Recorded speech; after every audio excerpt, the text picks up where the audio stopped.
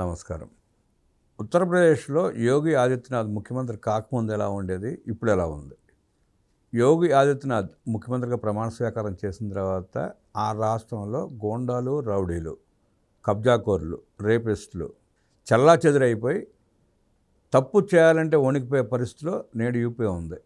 గతంలో ఎన్ని వారెంట్లు ఉన్నా పోలీసుల ముందు లొంగని ఆ గోండాలు, రౌడీలు, కబ్జాకోరులు యోగి ఆదిత్యనాథ్ సీఎం అయిన తర్వాత స్వచ్ఛందంగా వెళ్ళి కోర్టులో స్టేషన్లో లొంగిపోతున్న పరిస్థితి మనం చూస్తున్నాం. ఆ స్థాయిలో భయం పెట్టకపోతే సమాజం విచ్ఛిన్నమైపోయే పరిస్థితి ఉంటుందన్న ఉద్దేశంతో యోగి ఆదిత్యనాథ్ తీసుకున్న నిర్ణయాన్ని స్వాగతిస్తూ ఉంది నేటి యువత. జంజీ కావచ్చు, గత తరాలు కావచ్చు. స్వాగతించినప్పుడు ఆంధ్రప్రదేశ్లో ఒక రౌడీ షీటరు, పిన్న వయస్కులో 23 కేసులు పెట్టించుకున్న వ్యక్తి అంటే ఎన్ని నేరాలు ఘోరాలు చేస్తుంటాడో, ఎంత దారుణమైన మనస్తత్వం అర్థం చేసుకోవచ్చు. చనిపోయాడా ఉన్నాడా అన్నది విచారణ తర్వాత తేలే అంశం. దాని జోలికి పోకుండా అలాంటి రౌడీలని, అల్లరి మోకల్ని కట్టడి చేయకపోతే సమాజం పరిస్థితి ఏంటి? కట్టడి చేసే క్రమంలో భాగంగా కొన్ని పొరపాట్లు దొల్లి ఉండొచ్చు. కసబ్ లాంటి వాడిని ఉరి తీసిన దేశం మనది. కసబ్ని ఎందుకు ఉరి తీసాం? దేశ సార్వభౌమత్వం మీద దాడి చేసి ప్రాణాలు తీసినందుకు అతను శిక్షించి చంపారు, ఉరి తీశారు. అలా దేశంలో కూడా చేయకపోతే దేశ భవిష్యత్తు ఏంటి అన్నది వాళ్ళ ప్రజల ప్రశ్న. విజయవాడలో జరిగిన సంఘటన, ఒక సిఐని అరెస్ట్ చేసి విచారిస్తూ ఉంది. విచారణలో తేలే అంశాలు తేలుతాయి, కానీ ప్రజల తరపు నుంచి ప్రభుత్వానికి కొన్ని ప్రశ్నలు ఎదురవుతున్నాయి. ఆయన అరెస్ట్ చేసేటప్పుడు కూడా స్వచ్ఛందంగా ప్రజలు రోడ్డు మీదకి వచ్చి ప్లకార్డులు పట్టుకుని ఎలా తిరిగారో మనం చూసాం. అరెస్ట్ చేసినప్పుడు కూడా ఆయనకి అండగా నిలబడి వ్యవహరించిన తీరు కూడా చూసాం మనం. సమాజానికి అలాంటి ఉన్నత ఆశయాలు ఉన్న అధికారులు అవసరమా కాదా? ప్రజలేమనుకుంటున్నారు? ప్రభుత్వం తీసుకోవాల్సిన చర్యలు ఏంటి? గోండాలు, రౌడీలు, గంజాయి బ్యాచ్ పేటరేగిపోతూ ఉంటే ఇలాంటి అధికారులు కట్టడి చేసే ప్రయత్నం చేసే వాళ్ళని కూడా నిర్బంధిస్తూ ఉంటే, అడ్డుకుంటూ ఉంటే సమాజం పరిస్థితి ఏంటి? రేపు రౌడీలు, గోండాలు రెచ్చిపోయే అవకాశం లేదా? తెలుసుకునే ప్రయత్నం చేద్దాం. విశ్లేషణకు మనతో ఉన్నారు సీనియర్ జర్నలిస్ట్ దుర్గా కుమార్ గారు. వారిని మన విశేషాలు తెలుసుకుందాం. నమస్తే సార్. నమస్తే బ్రహ్మగారు, మన వీక్షక మిత్రులకు కూడా. సి నాగరాజు గారు, యోగి ఆదిత్యనాథ్ మళ్ళీ చేయకపోయినా ఆయన పరిధిలో ఆయన గంజాయి బ్యాచ్ని, రౌడీలని, చిల్లర మోకల్ని, పిక్ పాకెటర్స్ని చాలా బాగా కంట్రోల్ చేశాడు. ప్రజలంతా హర్షిస్తున్నారు. ఆ క్రమంలో భాగంగా ఒక రౌడీ షీటర్ని అరెస్ట్ చేసినప్పుడు ఏం జరిగిందో ఇంకా బయటికి రాలా. ఇన్వెస్టిగేషన్ జరుగుతూ ఉంది. వాస్తవ పరిస్థితి మనకు తెలియదు కాబట్టి ఏం జరిగిందనేది పక్కన పెట్టి ఆ సిఐని సస్పెండ్ చేయటం, రిమాండ్ చేయటం ప్రజలు హర్షించట్లా. ప్రజలు పలు ప్రశ్నలు లేవనెత్తున్నారు. అలాంటి చిల్లర మోకల్ని, రౌడీని, గ్యాంగ్స్టర్స్ని కంట్రోల్ చేసే వ్యక్తిని అరెస్ట్ చేయడం ఏంటని ప్రజలు ప్లేకార్డు పట్టుకుని రోడ్డు మీదకి వచ్చారు. కొంతమంది సిఐ కాదు పై ఉన్నతాధికారులను కూడా అరెస్ట్ చేయాలంటూ కూడా మాట్లాడుతున్నారు. వైఎస్ఆర్ కాంగ్రెస్ పార్టీ నాయకులు వాళ్ళ నీచ రాజకీయాలు ఎలా ఉంటాయో మనకు తెలుసు, చూస్తూనే ఉన్నాం. నాగరాజు గారిని అరెస్ట్ చేయడం కరెక్ట్ అంటారా, కాదంటారా? ఎట్లా చేస్తే బాగుండేది? బ్రహ్మగారు, ఇప్పుడు రాజకీయ పార్టీలు అధికారంలో ఉన్నప్పుడు ఒక రకంగా, ప్రతిపక్షంలో ఉన్నప్పుడు ఒక రకంగా, వాళ్ళ రాజకీయ ప్రయోజనాలకి అనుగుణంగా మాట్లాడితే సమాజం కూడా హర్షించే పరిస్థితి ఉండదండి. గతంలో ఈ పోలీస్ వ్యవస్థ కానీ, ఈ న్యాయ వ్యవస్థ లేని రోజుల్లో కూడా ఆనాటి ప్రజలు వాళ్ళ సామాజికమైనటువంటి రక్షణని వాళ్ళు ఏర్పాటు చేసుకున్నారు. ఆ సమాజంలో కీడు చేసేది ఎవరు, మేలు చేసేది ఎవరు, కీడు చేసే వాళ్ళని ఎలా శిక్షించాలి అనేది ఆ సమాజమే ఒక నిర్ణయం తీసుకుని శిక్షించిన సందర్భాలు, ఉదాహరణలు మనం అనేకం చూసాము. సమాజం తన్ని రక్షించుకోవాలి. అలాంటప్పుడు ఇప్పుడు మనకి ఒక చేనుకి పెస్ట్ తెగులే వచ్చిందనుకోండి, తెగుల్ని ఉంచితే పంట నిలబడదు, నాశనం అయిపోద్ది. కాబట్టి తెగుల్ని నివారించుకోవటం అనేది అనివార్యం.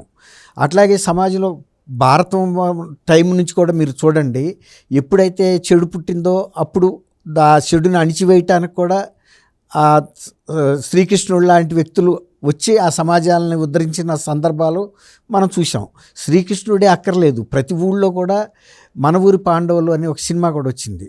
అందులో కృష్ణరాజు, తర్వాత రావు గోపాలరావు అన్నదమ్ములు. అతనేమో ఒక అసాంఘిక నాయకుడు, ఎవరు, రావు గోపాలరావు. ఇతను ప్రజల శ్రేయస్సు కోరే వ్యక్తి. ఈయనకేం స్వార్థం ఉండదు. సమాజం కోసం తను శక్తి మేరకి సహాయం చేస్తూ యువకుల్ని ప్రోత్సహిస్తాడు. ఎవరైతే సమాజానికి కీడు చేస్తున్నాడు రావు గోపాలరావు ఆయన అనుచరుల్ని శిక్షించడానికి. అది ఎప్పుడూ సమాజంలో అంతర్భాగంగా ఉండే విషయమే. కాకపోతే ఇవాళ మీరు యోగి ఆదిత్యనాథ్ పేరు చెప్పారు. ఇంతవరకు అనేక మంది ముఖ్యమంత్రులు, కొన్ని వందల ముఖ్యమంత్రులు భారతదేశంలో వివిధ రాష్ట్రాల్లో ముఖ్యమంత్రులుగా పనిచేసినా కూడా యోగి ఆదిత్యనాథ్ పేరు మాత్రమే మీరు ఎందుకు చెప్పారు? ఎందుకు అంటే దుష్ట శిక్షకుడు ఆయన. ఇప్పుడు న్యాయస్థానాలు పోలీసులే చేయాలంటే అన్నీ చేయలేవండి, వాటికి ఉండే పరిమితులు కూడా వాళ్ళకు ఉన్నాయి. అలాంటప్పుడు సమాజాన్ని వాళ్ళకి అప్పచెప్పేస్తే అవి కొన్ని చేయలేవు. ఎట్లా అంటే ఇప్పుడు మొన్న ఈ మధ్య న్యాయాధికారుల మీద కూడా, ఉన్నత స్థాయి న్యాయాధికారుల మీద కూడా సోషల్ పోస్టింగ్లు పెట్టండి, వాళ్ళని కించపరుస్తూ దూషిస్తూ దుర్భాషలాడుతూ అని బహిరంగంగా వైఎస్ఆర్సీపీలో సోషల్ ఇన్ఛార్జి, మీడియా ఇన్ఛార్జీలు అనుకున్న వ్యక్తులు, రాజ్యసభలో ఆయా పక్ష నాయకులుగా ఉన్న వ్యక్తులు కూడా ప్రోత్సహించారు.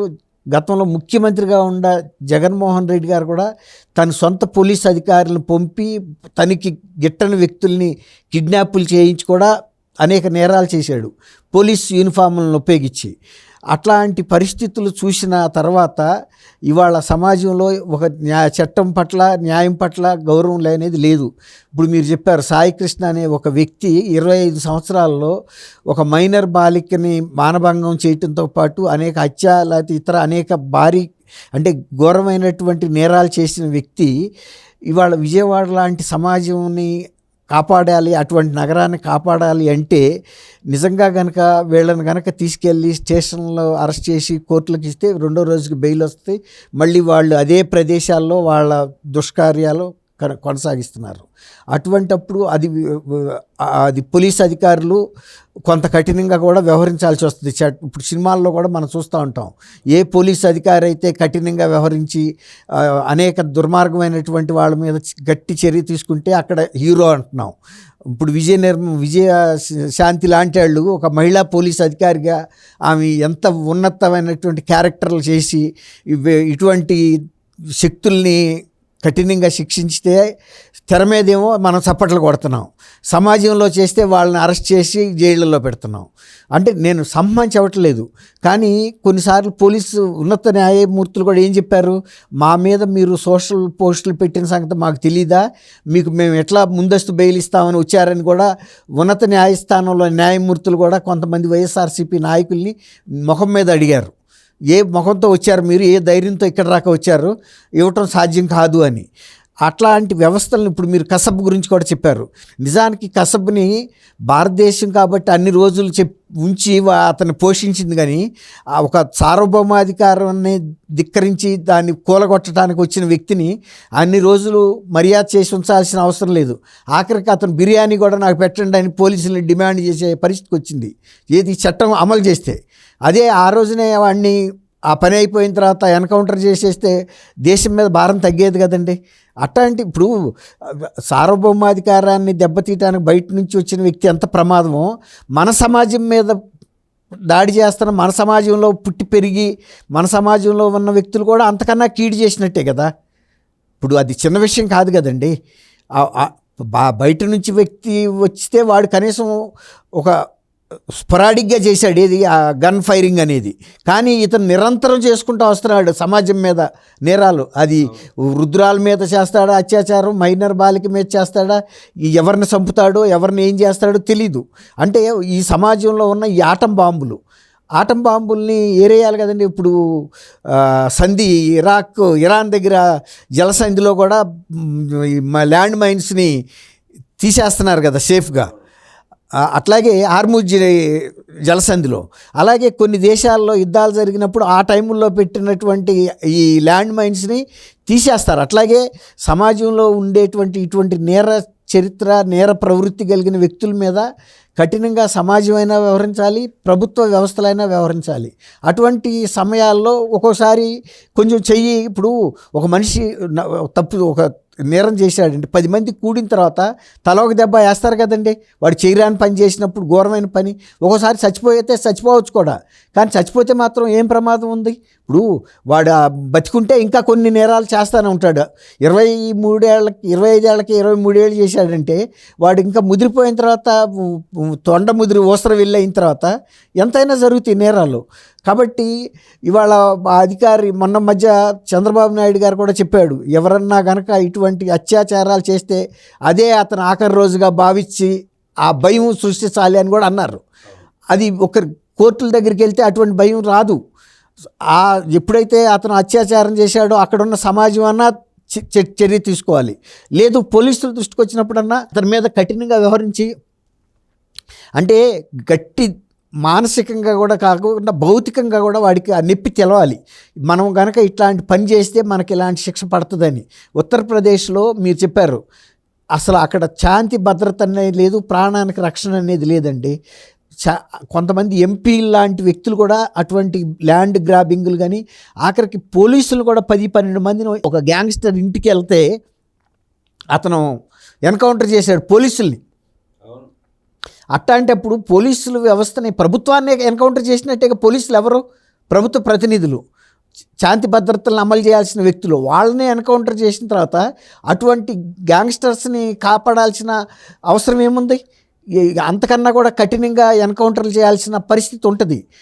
పోలీస్ అధికారులు అటువంటి బాధ్యత చేసేటప్పుడు ఏదన్నా ఇంకా కుస్తీ అంటే డోసు పెరిగి ఇట్లాంటివి జరిగినప్పుడు కొంత సమాజం కూడా, మొన్న వాళ్ళు వచ్చి ఈ నాగరాజు గారిని అరెస్ట్ చేస్తుంటే ఆయన వచ్చిన తర్వాత కృష్ణలంక పోలీస్ స్టేషన్ పరిధిలో నేరాలు ఘోరాలు తగ్గినాయి, ఆయన అరెస్ట్ చేయొద్దని ప్రజలు స్పందించారు.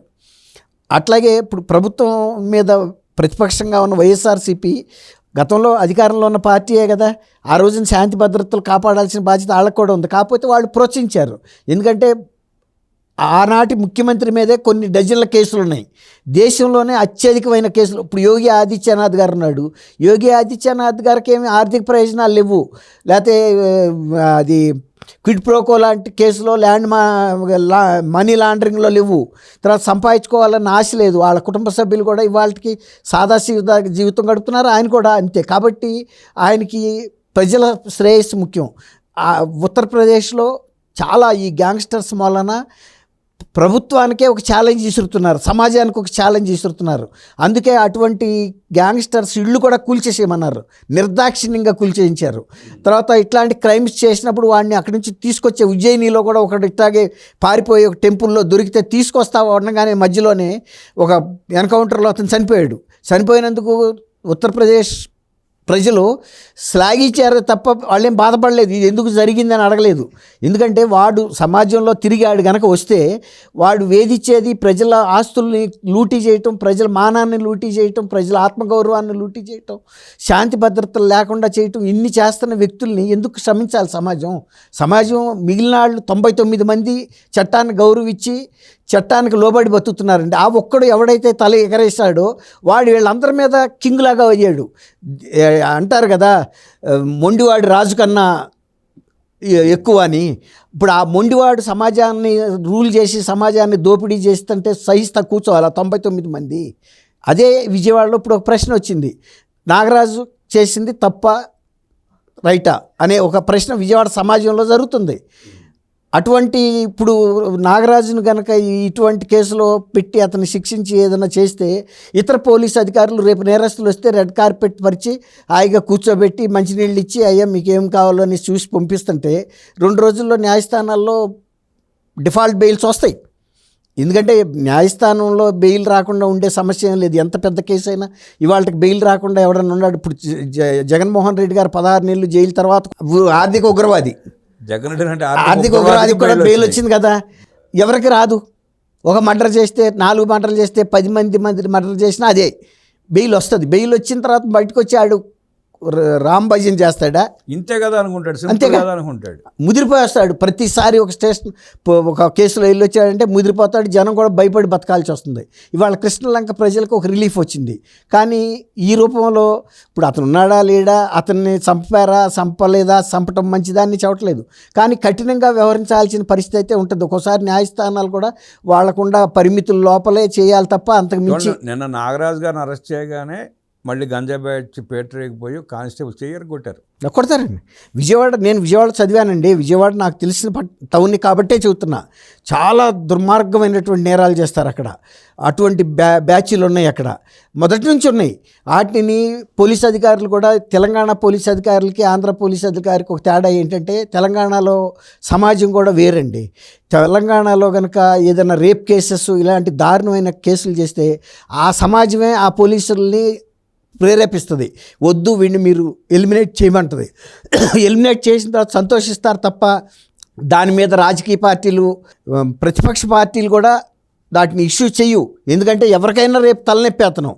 సమాజం అంతా హర్షిస్తున్నప్పుడు ప్రతిపక్ష పార్టీలో ఆ అధికారిని సస్పెండ్ చేయండి, ఆ డిఎస్పీని చేయండి, ఎస్పీని చేయండి అంటే వాళ్ళకేమన్నా గట్టి పంచాయతీలు ఉండి వీళ్ళ పట్ల కఠినంగా వ్యవహరిస్తున్నారా? వాళ్ళకేం పంచాయతీలు లేవు. కాకపోతే సమాజంలో అశాంతి సృష్టిస్తున్నారు.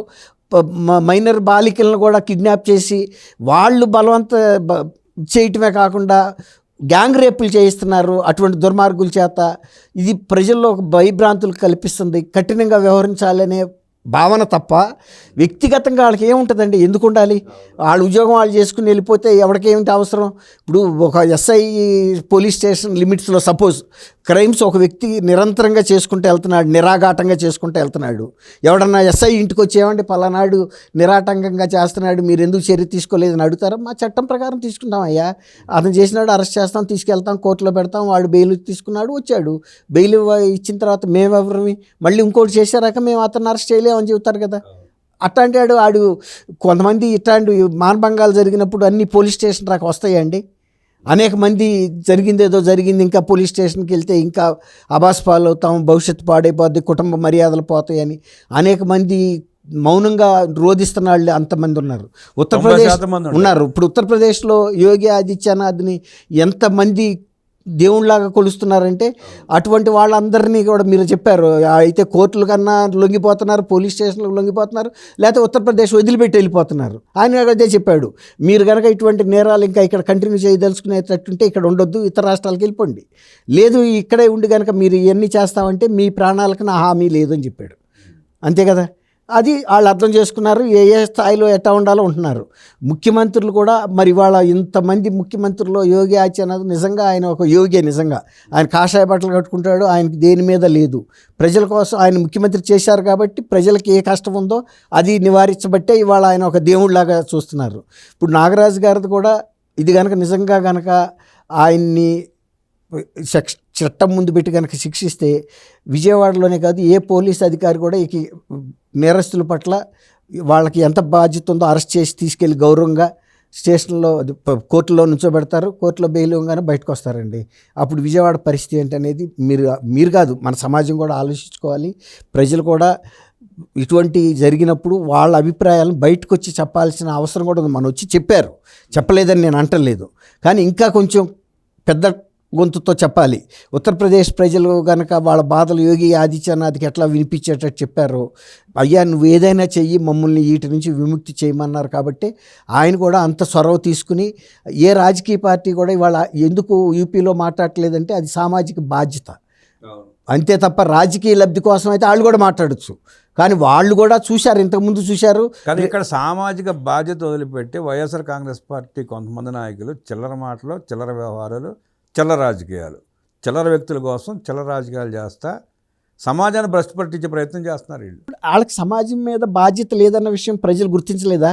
24లో ఎందుకు వాళ్ళని పంపించేశారు? మీకు పరిపక్వత లేదు, ప్రజా సమస్యలను పరిష్కరించే శక్తి, యుక్తి, ఆ ఉద్దేశం కూడా మీకు లేదు. కేవలం మీరు రాజకీయ అవినీతి చేయడానికి పనికొస్తారు, ప్రజల మీద దౌర్జన్యాలు దాష్టికాలు చేయడానికి పనికొస్తారనే కదా శిక్షించారు. కాబట్టి ప్రజలకి అంత అవగాహన లేదు అనుకోవటానికి లేదండి. ప్రజలు ఖచ్చితంగా ఎవరు మంచివాళ్ళు ఎవరు చెడ్డాళ్ళో తెలుసు వాళ్ళకి. వాళ్ళే కనుక నిజంగా మంచి పరిపాలన కనుక ఇచ్చుంటే 175కి 175 వచ్చాయి, 164 సీట్లు రావటం ఎంత గొప్ప అండి. నిజానికి జగన్మోహన్ రెడ్డిని కూడా అత్యున్నత స్థాయిలో గౌరవించారు 2019లో, కానీ ఆయన అతి నీచమైన పరిపాలనని ప్రజలకి ఇచ్చాడు. కాబట్టి ఇటువంటి రాజకీయ లబ్ధి కోసం కనుక అతను ఇదే ప్రయత్నం చేస్తే ఇప్పుడు యూపీలో లాగా ప్రతిపక్షాలకు బాధ్యతగా ఉండి తను వస్తే వీళ్ళని ప్రోత్సహిస్తాడా? మరి గతంలో ప్రోత్సహించావు నువ్వు, ఇంకా నువ్వు ప్రోత్సహిస్తాను, అమరావతిని నేను కట్టడాన్ని ఒప్పుకోను, రాష్ట్ర ప్రగతి ముందుకెళ్ళటానికి వీల్లేదు, నేను దోసుకోవటానికి మాత్రమే ఆంధ్రప్రదేశ్ ఉంది, నా ఒక్కడికే హక్కు ఉంది అనే విధంగా ప్రవర్తిస్తే అటువంటి రాజకీయ పార్టీలకు కూడా ప్రజలు, సమాజం గట్టి బుద్ధి ఇంకొకసారి కూడా చెప్తారండి. అందులో నాకేం సందేహం లేదు. మృగంలా ప్రవర్తించిన సాయికృష్ణ లాంటి వ్యక్తులను నిలవరించే ప్రయత్నం చేసిన సిఏ నాగరాజు గారికి ప్రజలతో పాటు వ్యవస్థలు కూడా అండగా ఉండాలని యోగి ఆదిత్యనాథ్ నిర్ణయం తీసుకోవడం వల్లే ఆయన ముఖ్యమంత్రి అయిన తర్వాత ప్రశాంతంగా యూపీ ఉన్నదని, అలాంటి పరిస్థితి కూడా రాష్ట్రంలో ఉండాలంటూ విశ్లేషించిన దుర్గాకుమార్ గారికి ధన్యవాదాలు తెలియజేస్తూ నమస్కారం.